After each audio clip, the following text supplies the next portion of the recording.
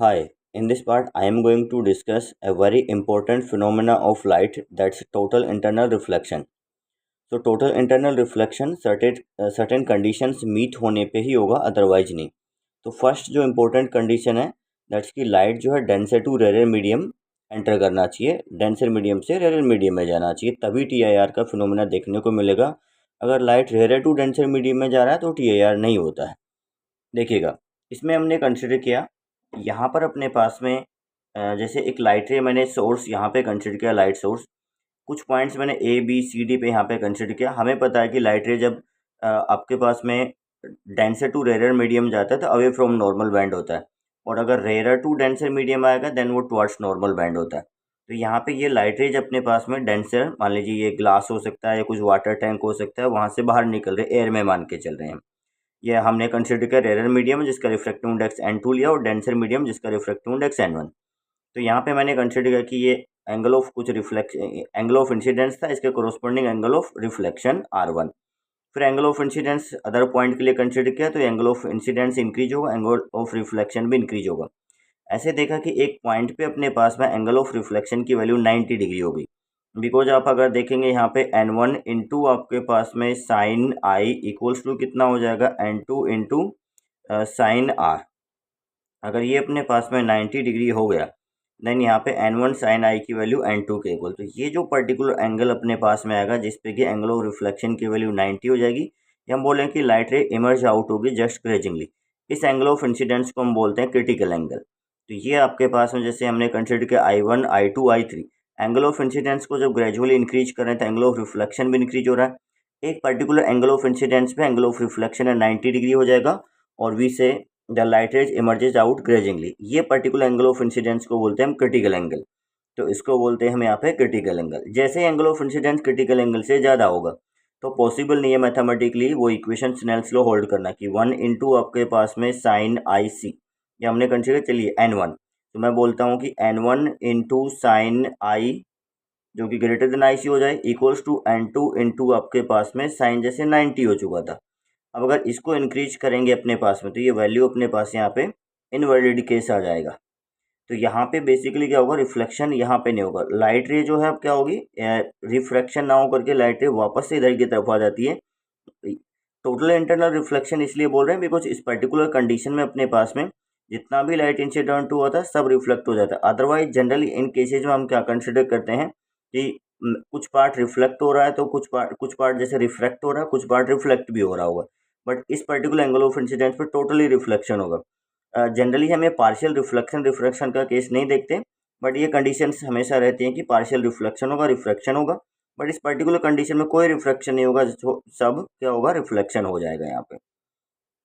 देखिएगा तो टीआईआर की कंडीशंस क्या है, light must travel from denser to radial medium and further. TIR कब होगा, यहाँ पे टीआईआर नहीं है, टीआईआर तब हो रहा है जब एंगल ऑफ इंसिडेंस की वैल्यू क्रिटिकल एंगल से ग्रेटर हो जाएगी, ये वाले केस में. यहाँ पे जैसे ये वाले एंगल को हम बोल रहे हैं critical angle. When angle of incidence is more than critical angle then TIR होगा. तो यहाँ पे देखिएगा पॉइंट सी की कंडीशन, जस्ट अपने पास टीआईआर की कंडीशन है कि अपने पास ग्रेजिंग इमरजेंस के लिए. तो आपने इक्वेशन अप्लाई किया at point C, N1 that's refractive index of denser medium, N1 into sine I c critical angle, N2 into sine 90. तो एक तो ये क्रिटिकल एंगल की वैल्यू हमें पता होनी चाहिए. क्रिटिकल एंगल की वैल्यू कितनी होगी यहाँ से, N2 डिवाइडेड बाई N1. इसको बोल रहे हैं कि N2 that means refractive index of rare medium divided by refractive index of denser medium. तो हम इसको इस तरीके से याद करें, sine I c and rare divided by N denser. या इसको बोल सकते हैं कि ये क्वांटिटी अपने पास में refractive index of medium 1 with respect to medium 2, medium 1 and 1 divided by N2. यहाँ पे देखिएगा जिसके रेस्पेक्ट में रिफ्रैक्टिव इंडेक्स देखते हैं उसका डिवाइड लगता है, तो refractive index of denser medium with respect to refractive index of rare medium, ऐसा भी बोल सकते हैं. देखिएगा इसमें कंसिडर किया हमने यहाँ पे फर्दर कि ये चलिए अपने पास जैसे वाटर है, वाटर के लिए 4/3 होता है तो साइन आई सी की वैल्यू 1/4/3 नियरली 48.6 डिग्री होता है. ग्लास के लिए वैल्यू नियरली 41.8 डिग्री निकल के आता है. डायमंड के लिए अपने पास क्या होता है, इस क्रिटिकल एंगल की वैल्यू काफ़ी कम आती है, नियरली 25 डिग्री. इसलिए क्या होगा, जैसे वाटर की बात करें तो जब एंगल ऑफ इंसिडेंस 48.6 डिग्री से ग्रेटर होगा तभी आपके पास टी आई आर होगा, अदरवाइज नहीं. लेकिन डायमंड के अंदर अगर 25 डिग्री से भी ज़्यादा होगा तब भी टी आई आर हो जाएगा, तो इसलिए डायमंड में टी आई आर होने के चांसेस बहुत ज़्यादा होते हैं। देखिएगा, नॉर्मली हम यहाँ पे व्हाइट लाइट की बात करें तो विबग्योर अपने पास में पीछे हम रिलेशंस जनरली देख चुके होते हैं कि लाइट में यहाँ पे सभी वेवलेंथ्स के लिए रिफ्रैक्टिव इंडेक्स इक्वल नहीं होता। जैसे अपने पास यहाँ पे हम मूव करते हैं वॉलेट से रेड कलर की तरफ, देन वेवलेंथ की वैल्यू इंक्रीज होती है, रिफ्रैक्टिव इंडेक्स डिक्रीज होता है, और रिफ्रैक्टिव इंडेक्स अगर डिक्रीज होगा देन अपने पास यहाँ से देखिए साइन आई सी। चलिए मान लीजिए एयर है तो 1/n या म्यू नोट करें, म्यू की वैल्यू इंक्रीज होगी देन साइन आई सी की वैल्यू डिक्रीज होगी, दैट मीन आई सी भी डिक्रीज होगा। तो यहाँ पे देखिएगा हम बोल रहे हैं कि म्यू अपने पास लीस्ट किसके लिए है, लीस्ट अपने पास में रेड कलर के लिए, तो रेड कलर का जो क्रिटिकल एंगल हो सबसे ज़्यादा होगा। तो टी आई आर सबसे पहले किसका होगा, वॉलेट कलर का, उसके बाद में इंडिगो का एंड सोन, इसका टी आई आर सबसे लेट होगा अपने पास से। अगर एंगल ऑफ इंसिडेंस को हम इंक्रीज करें तो इसके लिए क्रिटिकल एंगल की वैल्यू ग्रेटेस्ट है। जैसे यहाँ पे एक एग्जांपल लिया हमने, एंड यहाँ का रिफ्रैक्टिव इंडेक्स √2 है, यहाँ का 2 है, तो क्रिटिकल एंगल क्या होगा, देखिए क्रिटिकल एंगल डिफाइन तभी होगा जब डेंसर टू रेयर मीडियम जाएगा, और क्रिटिकल एंगल कंडीशन में जस्ट लाइट रे ये वाली कंडीशन बन जाएगी। तो यहाँ पे एन ऑफ रेयर और एन ऑफ डेंसर, तो sine I c n of rare n of denser 1/√2 that's 45 degree. इस वे में अपने पास एक ये क्वेश्चन आता है कि आपके पास में यहाँ पे जैसे व्हाइट लाइट इंसिडेंट होता है, इसमें प्रॉब्लम ऐसा है कि यहाँ पे व्हाइट लाइट इंसिडेंट हुआ और green colour just grazingly emerge out हो रहा है। देन इनमें से कौन से कलर्स हैं जो बाहर निकलेंगे, मतलब रिफ्लेक्ट होंगे, और कौन से कलर्स हैं वो रिफ्लेक्ट हो जाएंगे। तो इसमें देखिएगा प्रॉब्लम आपके पास में है कि कौन से कलर्स यहाँ पे रिफ्लेक्ट होंगे, कौन से रिफ्लेक्ट होंगे। हमें पता है कि यहाँ पे ग्रीन कलर के लिए आपके पास क्या हुआ है, जस्ट टी आई आर हुआ है, दैट मीन्स ये जो एंगल ऑफ इंसिडेंस है, अभी जो एंगल ऑफ इंसिडेंस है वो आपके पास ग्रीन कलर के लिए क्रिटिकल एंगल हो गया। और यहाँ पे एंगल ऑफ इंसिडेंस तो सभी के लिए इक्वल है, तो हम देखते हैं कि किसका क्रिटिकल एंगल ज़्यादा और किसका क्रिटिकल एंगल कम है। यहाँ से देखेंगे ग्रीन अपने पास में है, ये जो कलर्स हैं वॉलेट, इंडिगो एंड आपके पास में ये बी वाला है, एंड इसी तरीके से Y O R, yellow, orange and red, इनके लिए अपने पास क्या होगा, क्रिटिकल एंगल की वैल्यू कम होगी और इनके लिए क्रिटिकल एंगल ज़्यादा होगा। मतलब अभी जो एंगल ऑफ इंसिडेंस है वो जस्ट इसके लिए क्रिटिकल एंगल है, इनके लिए क्रिटिकल एंगल नहीं, इनके लिए ज़्यादा चाहिए, तो इनका टी आई आर नहीं होगा, टी आई आर नहीं होगा तो ये बाहर निकल जाएंगे, और इनका टी आई आर हो चुका होगा तो ये अंदर आ जाएंगे, इनका रिफ्लेक्शन हो जाएगा।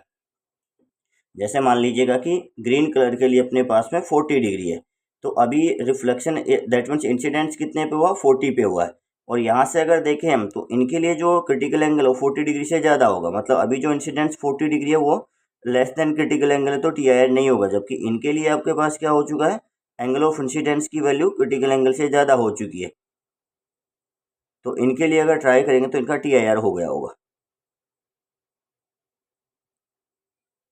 एक यहाँ पे देखिए बहुत बेसिक सा प्रॉब्लम अपने पास में आता है कि एक पूल है, पूल में डी डेप्थ पे एक कोई सोर्स रखा हुआ है, तो यहाँ से जो लाइट निकलेगी, जितने डायमीटर में से वो लाइट निकलेगी, जितने जिस सर्कुलर रीजन में से लाइट निकलेगी उसका डायमीटर क्या होगा, या उसका एरिया क्या होगा, या उसको कवर करना है तो हमें एक डिस्क रखनी है उसका एरिया क्या होगा, पेरीमीटर क्या होगा। तो हमने कंसिडर किया कि जैसे बेसिक जो हमने देखा था कि यहाँ से एंगल ऑफ इंसिडेंस की वैल्यू को इंक्रीज करेंगे, एक पर्टिकुलर एंगल ऑफ इंसिडेंस पे जस्ट टी आई आर की कंडीशन अचीव हो जाएगी, मतलब लाइट रे ग्रेजिंगली इमर्ज आउट होगी। इसके बियॉन्ड यहाँ पे लाइट रे आएगी वो अंदर आ जाएगी वापस से, तो बाहर नहीं निकलेगी, तो इतना रीजन होगा जिसमें से लाइट रे बाहर निकलेगी। ये एक पूल है तो अपने पास क्या होगा, ऐसे सभी डायरेक्शंस में लाइट रेज बाहर निकलेंगी, एक सर्कुलर रीजन बनेगा, इसको इमेजिन कीजिएगा थोड़ा। तो यहाँ पे कंडीशन आपने अप्लाई की कि ये एंगल जस्ट क्रिटिकल एंगल, ये क्रिटिकल एंगल है, तो आपके पास क्या होगा, ये भी क्रिटिकल एंगल होगा। आपने यहाँ पे इक्वेशन लगाया, इधर अगर एयर है then this refractive index mu into sine I c equal to 1 into sine 90। तो यहाँ से आपके पास में साइन आई सी की वैल्यू कितनी हो गई, 1/म्यू। हमें रेडियस चाहिए, अगर डेप्थ की वैल्यू डी गिवन है, इसका डेप्थ अपने को गिवन होगा कि डेप्थ की वैल्यू डी गिवन है, देन हमें ये अगर कैलकुलेट करना है तो हम टेन थीटा अप्लाई कर सकते हैं। टेन आई सी कितना होगा, आर डिवाइडेड बाई डी। तो यहाँ से आपके पास में ten I that means I C, उसकी वैल्यू कितनी हो जाएगी, ये टेन आई सी की वैल्यू आपने साइन की हेल्प से टेन कैलकुलेट कर लिया, ये सिंपल आप ऐसा अप्लाई कर सकते हो। ये एंगल अगर आई सी है, साइन आई सी कितना बना, 1/म्यू, तो ये कितना हो जाएगा, म्यू स्क्वायर माइनस 1। तो टेन आई सी कितना हो जाएगा, 1/म्यू स्क्वायर माइनस 1, और आर की वैल्यू कितनी हो जाएगी, डी इंटू टेन आई, तो आर कितना होगा, D divided by mu square minus 1। Area चाहिए तो पाई आर स्क्वायर कर देंगे हम, ये आ गया। अगर इसका रेडियस है तो रेडियस चाहिए, अगर डायमीटर चाहिए, पेरीमीटर चाहिए 2 पाई आर, वो हम कैलकुलेट कर सकते हैं यहाँ से। देखिएगा इसमें कुछ और बेसिक से क्वेश्चन ही है, जैसे आपके find circumference of dish required to block the light ray outside the pool of water when point source 7 metre depth पे रखा हुआ है। तो वाटर के लिए रिफ्रैक्टिव इंडेक्स की वैल्यू 4/3, रेडियस होगा d divided by mu square -1। इसकी हेल्प से जब कैलकुलेट करते हैं तो अपने पास ये रेडियस निकल के आ जाता है 21 डिवाइडेड बाई √7 या 3√7। पेरीमीटर की रिक्वायरमेंट होगी 2πr, उसको कैलकुलेट करेंगे तो ये आ जाएगा। एक और प्रॉब्लम देखिएगा, critical angle of denser medium with air interface 30 डिग्री गिवन है, find the speed of light in that medium. Critical angle given है, एयर इंटरफेस है, इसका मतलब किसी मीडियम से रे एयर में जा रही होगी, क्रिटिकल एंगल 30 डिग्री है। That means sine I c equals to 1 divided by refractive index n. Sine I c 30 degree 1/2, तो एन की वैल्यू 2 होगी। एन 2 हो गया तो लाइट का स्पीड कितना हो जाएगा, सी डिवाइडेड बाई एन, ये वैल्यू आ गई। देखिए यहाँ पे एक और प्रॉब्लम मैं लेता हूँ कि इसमें एक लाइट रे यहाँ पे आती है और इधर की तरफ मूव कर जाती है। इसमें गिवन है कि एंगल ऑफ इंसिडेंस है, एंगल ऑफ रिफ्रैक्शन, इधर रेयर मीडियम एयर ही है और इधर n इक्वल टू 2 है। आपको गिवन है कि फाइंड एंगल ऑफ रिफ्रैक्शन की, तब जब आपके पास आई की वैल्यू कितनी है, 2 times i c. Angle of incidence critical angle का डबल है। देखिए यहाँ पे गिवन है क्रिटिकल एंगल ऐसे नहीं डिफाइन होगा रेयर टू डेंसर, वो तो डिफाइन तो डेंसर टू रेयर ही होगा। बट इस पर्टिकुलर कॉम्बिनेशन के लिए n इक्वल टू 2 और n इक्वल टू 1 के लिए जो आपके पास क्रिटिकल एंगल आता है उसका डबल यहाँ पे। तो साइन आई सी की वैल्यू अगर हम कैलकुलेट करेंगे वो कितना आएगा, 1 divided by 2। That means I C यहाँ से बनेगा 30 डिग्री। तो ये जो आई कितना हो जाएगा, 2 टाइम्स 30, दैट मीन्स 60 डिग्री। तो ये कितना हो गया, 60 डिग्री। यहाँ से देखिएगा equal to n into sine r. तो यहाँ से जो वैल्यू कैलकुलेट की हमने 1 into sine 60 equals to 2 into sine r, ये लगाया हमने। जैसे साइन आर की वैल्यू √3/4 या आर साइन इनवर्स √3/4, ये क्वांटिटी निकलेगा यहाँ से। यहाँ पे साइन इनवर्स √3/2 नहीं, साइन इनवर्स √3/4 होगा। एक और यहाँ पे देखिएगा इंपॉर्टेंट प्रॉब्लम, इस टाइप के क्वेश्चन आने के चांसेस काफ़ी ज़्यादा रहते हैं कि अपने पास इस टाइप का कोई स्लैब गिवन होगा, एक फेस पे लाइट रे एंटर यहाँ पे एंटर करेगा और बोला जाए किसी अदर सरफेस इससे लाइट रे बाहर नहीं हो, तो रिफ्रैक्टिव इंडेक्स की जनरली वैल्यू कैलकुलेट करने को बोला जाएगा। इस टाइप के क्वेश्चन का एक फिक्स पैटर्न है, 2 इक्वेशन हमें सोल्व करनी पड़ेंगी। तो देखिएगा इसमें आपको कैलकुलेट करना है कि find value of mu, that means refractive index calculate करना है जिससे कि लाइट रे बाहर नहीं आए। तो हमने बोला कि चलिए यहाँ पे 60 डिग्री पे इंसिडेंट हुआ है, ये डेंसर मीडियम में गया, यहाँ पे एंगल ऑफ रिफ्रैक्शन कितना हुआ, आर हो गया, और यहाँ पे जस्ट ये आर की कंडीशन मीट कर जानी चाहिए। ये एंगल अगर आर होगा तो ये कितना होगा, 90 माइनस आर हो जाएगा। अगर ये एंगल आर है तो ये कितना होगा, 90 माइनस आर। तो इस पॉइंट बी पे सबसे पहले अगर इक्वेशन में अप्लाई कर दूँ तो पॉइंट बी पे कंडीशन क्या होगी, ये जो 90 माइनस आर है, अगर लाइट रे बाहर नहीं निकले तो ये कम से कम क्रिटिकल एंगल के इक्वल तो होना ही चाहिए, उससे ज़्यादा भी है तो चलेगा। तो हम बोलेंगे कि sine 90 minus R must be greater equal to I C. That means sine 90 minus R, both side sine लगा दिया, तो sine 90 minus R must be greater equal to sine I C. Sine 90 minus R cos R हो जाएगा, must be greater equal to sine I C कितना होगा, N rarer divided by N denser, that's mu, 1/म्यू। एक equation अपने पास यहाँ से आते, दूसरा इक्वेशन अब वापस ए पे आइए। यहाँ पे क्या लगाओगे, 1 into sine 60 equals to that refractive index into sine r. तो साइन आर कितना हो जाएगा यहाँ से, √3/2, एंड ये म्यू आपने ये क्वांटिटी यहाँ पे देखिए,